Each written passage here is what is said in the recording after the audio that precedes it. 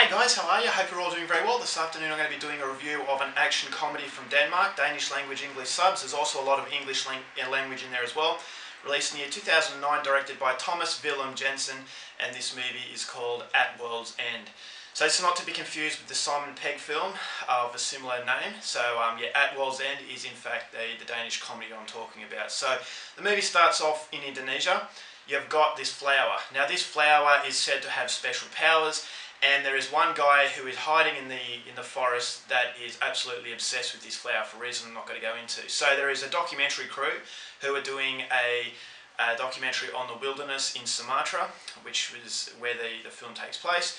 And they come across this flower and they're being brutally killed by this guy who's obsessed with it because he believes that they're going to take it away. So he has since been arrested, he's been put in jail, and now he's on death row. So the consulate from Denmark are trying to get him out. They're trying to say that he's insane and hopefully he will avoid the firing squad. So they get this psychiatrist from Denmark to come to Indonesia to interview him to prove that he is insane, but then the psychiatrist starts to get suckered in by this guy's story, and he feels that maybe this flower has the special power that he is claiming. So they go on a very wild adventure that includes run-ins with some mafia, run-ins with the law, and also trying to outwit this guy who may or may not be insane. So whether or not he can get him out of the prison and whether or not the flower will come in contact with this guy, that's something you're going to have to find out for yourself, because that's as far as I'm going with my synopsis.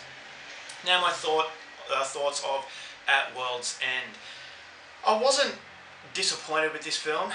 It's not a bad movie. If you're going into it expecting an action comedy, it does deliver what it promises. So for that, I have to give it credit. It was a decent movie. But if you're comparing it to other Scandinavian films of comedy, it doesn't have a genuine Scandinavian feel. So if you're going into it not knowing what Scandinavian cinema is all about, then maybe you'll enjoy it a lot more. But for me, this had more of an American comedy approach, whereas you've got a lot of slapstick comedy, you've got a lot of action, and it feels like an American comedy. And there's nothing wrong with that. Americans make good comedies.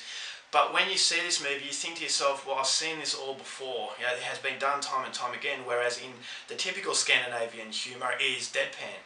Now, the Bent Hammer, who made Oh Horton and also Kitchen Stories, you've got a film that I just recently watched called Songs from the Second Floor. All of those films, they have a very strong Scandinavian feel to it, but this movie doesn't really have that. It just has that, that much more forced sort of comedy. Now, the writing is very good. Anders Thomas Jensen, who was an absolute genius, I believe he was involved with the script, and I was laughing quite a bit in this film. But as I said, as far as the Scandinavian viewpoint is concerned, it wasn't as good as other films that I've just mentioned. It didn't really feel like it had a unique feeling to it. It actually felt like a movie you've seen before. So Nikolai Walder-Klaus, I can't remember his name, he's off Game of Thrones. He's also been in Headhunters. Now I should know the name, but it's a tricky name, I can't really remember it, and so I'll have to look it up and I'll write it properly on this review. But he was pretty good as the psychopath. Yeah, he does some pretty ordinary things. You know, it is a very dark comedy, so there's people getting killed, and it's making fun of that. It's deliberately being offensive. So it's one of those types of movies, and if you're familiar with Anders Thomas Jensen's writing, he writes a lot of this sort of stuff, so you're laughing at things that are very dark. I thought he played the psychopath really well. He had a certain charm to him, but you never knew when he was going to fly off the deep end. Then you've got Nikolai Lee-Kaus, who was a very good actor, also from Denmark. He plays a psychiatrist. I thought he was a likeable character, very insecure character, and I thought the chemistry between the two central characters was very good. And then you've got Nicholas Bro, who plays the bumbling sort of idiotic consulate in Denmark. He works there. He's kind of like the ambassador, and he's just he's an idiotic kind of character. And I like Nicholas Bro. He plays a wide range of characters, and yeah, it was good to see him in this role. He does play this type of person very. He is actually very convincing in this type of role. So it actually feels like he's comfortable in comedy. So and then you've got the supporting cast who all do a decent job. But as I said, there is just something lacking to make it a great film. It's very violent, as I said. It's very well shot. It was actually, most of it was actually shot in Australia, because I don't think they could have done what they did in Indonesia. So some of it's shot in Indonesia, but also some of it's shot in Australia. So it's a very exotic looking film.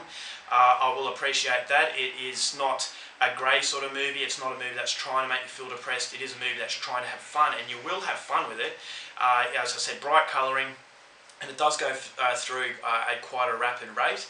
It never feels boring, so the continuity is very good, but overall I just thought it was a little bit generic. It didn't feel like it set itself aside from the rest of the movies like this, and in the end, as far as a Scandinavian cinema fan is concerned, I was a little bit disappointed with this one. But if you go into it liking American comedies and you're not familiar with deadpan humour, or if you don't like deadpan humour and you're not expecting that from a Scandinavian sort of comedy, then At World's End will appeal to you. As I said, it doesn't really have lasting quality, but it is a fun time, and it's 90 minutes well spent if you get the opportunity to see it. So, not a bad movie, but yeah, maybe it was a mistake comparing it to other great Scandinavian comedies, because this one just doesn't quite live up to that. So overall, for At World's End, I'm going to give it 3 stars. Still coming recommended. Go out there and see it.